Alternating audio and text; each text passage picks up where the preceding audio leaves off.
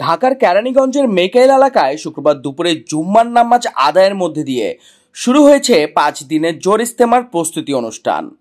এবছর প্রায় 5 লাখ মুসল্লি অংশ নিয়েছেন এই ধর্মীয় সমাবেশে, যেখানে অংশ নিয়েছেন Pakistan, Bharat, Malaysia, Indonesia, Sri Lanka, Singapore, Afghanistan সহ বিশ্বের 45টি দেশের মুসল্লিরা। Ambil apa topik semua. Assalamualaikum warahmatullahi wabarakatuh.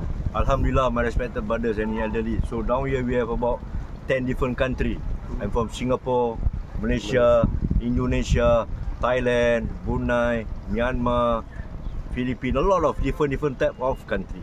So we are gathering because of here. We are seek Allah Ta'ala. We want to please Allah. And about 500,000 people down here. Every Sima.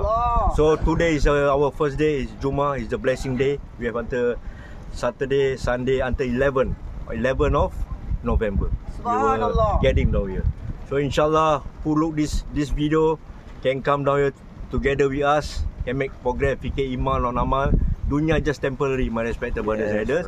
Why we down here? We want to Islam ourselves. We want to make Allah happy. When Allah happy with us, Allah will put us, Allah will make our life easy in this dunya and the year after. InsyaAllah. Kita berkumpul bersama atas sebab maksud tu cari redha Allah Subhanahu Wa Taala. Kita kumpul sama, banyak amal sama-sama kat sini, dan para sesiapa yang lihat video ni boleh datang join bersama kami. InsyaAllah kita mencari redha Allah Subhanahu Wa Taala.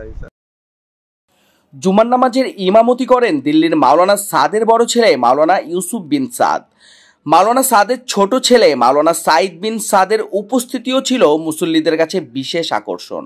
বিশ্ব ইজতেমার প্রস্তুতি হিসেবে আগামী মঙ্গলবার সকাল 11টায় দেশ ও জাতির কল্যাণ কামনায় বিশেষ মোনাজাতের মাধ্যমে সমাপ্ত হবে এই 5 দিনের জোর ইজতেমা।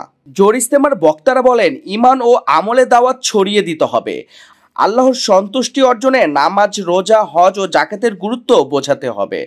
তারা স্মরণ করিয়ে দেন, দুনিয়ার লোভ লালসা ত্যাগ করে রাসূল পাকের আদর্শে চলাই প্রকৃত মুসলমানের পথ। এই জুম্মার দিনে অ্যারাউন্ড এখানে 3 থেকে 5 লক্ষ লোকের মতো লোক সমাবেত হবে, এবং সবার উদ্দেশ্য আল্লাহ তাআলার রহমতে একটাই, যে আল্লাহ তাআলাকে অনলি খুশি করা। কি কাজ করলে, কিভাবে চললে, কিভাবে সাথে থাকলে মানুষ আল্লাহ তাআলাকে খুঁজে পাবে এবং আল্লাহ তাআলাকে খুশি করতে পাবে, এটাই হচ্ছে এখানকার সব মুসল্লিদের উদ্দেশ্য। আর আল্লাহ তাআলা খুশি হইলে আলহামদুলিল্লাহ, মুসলমানদের আর চাওয়ার কি থাকে।